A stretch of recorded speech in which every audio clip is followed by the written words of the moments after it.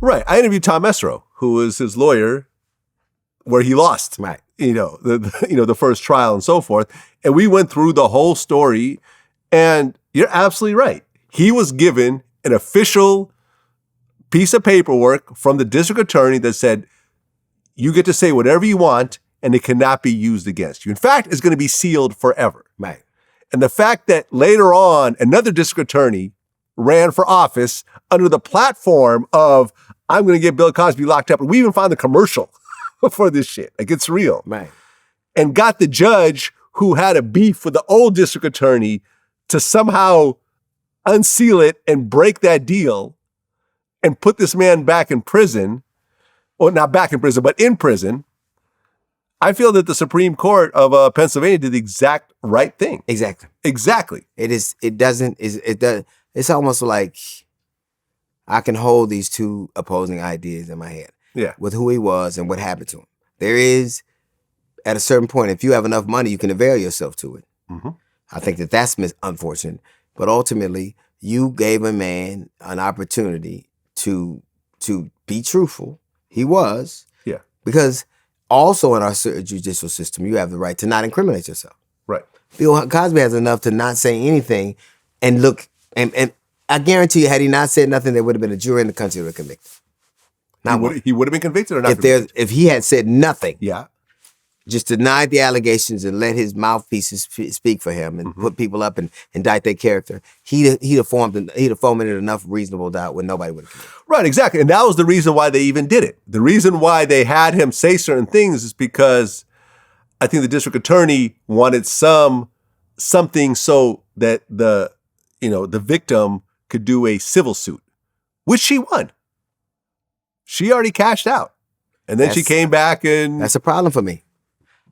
You can get justice, but not twice. Right. And it depends on what your idea of it is. Look, I think that Bill Cosby changed the fortunes of black people in this country. I think he got America to see us in a different way. I think that Barack Obama's not president without him. I think you don't have this large influx of black people going to black colleges and that is the foundation of corporate America and jurisprudence and the legal system. I think that's absolutely true. But he also is a rapist. Yeah, and it's really interesting, like, as a content creator, what kind of struck me in the beginning was the importance of owning your own shit, because they went and did a whole episode about the Cosby Show. Yeah. They got NBC to license all that footage to use against him. They were like, hey, do you guys know what kind of doctor he is?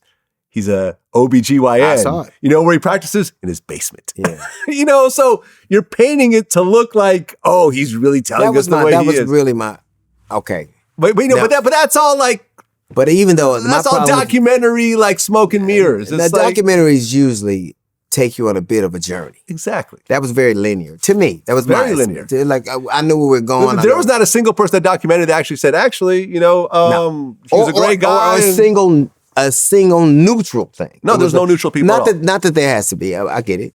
But when you have it, you kind of have to have some level of balance. And I think that for me, I think like anything else, I watch things that show me perspectives I wasn't aware of or thinking about or wasn't privy to. Mm-hmm. I think nothing shocked me. But having said that, also a part of that is it's really hard to get anybody who has something to lose to say anything. Yeah, I mean, he even said a lot of people turned down the documentary, including yourself. Yeah. I turned it down because I didn't want to. To me, I wasn't scared to say what I said before.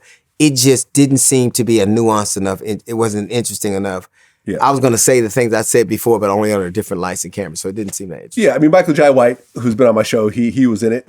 Some other people that I've interviewed were in it. But at the end of the day, documentaries are a motherfucker. I mean, that's what got Michael Jackson hemmed up. Yeah. Right? R. Kelly. That's what got R. Kelly hemmed up. I would never. I've only seen one person do a documentary and didn't go to fucking jail. That's Janet Jackson. Well, she did her own documentary. That's what I'm saying. She did it herself. It's two things black dudes need to stay away from: documentaries and Gayle King. Stay away from that shit.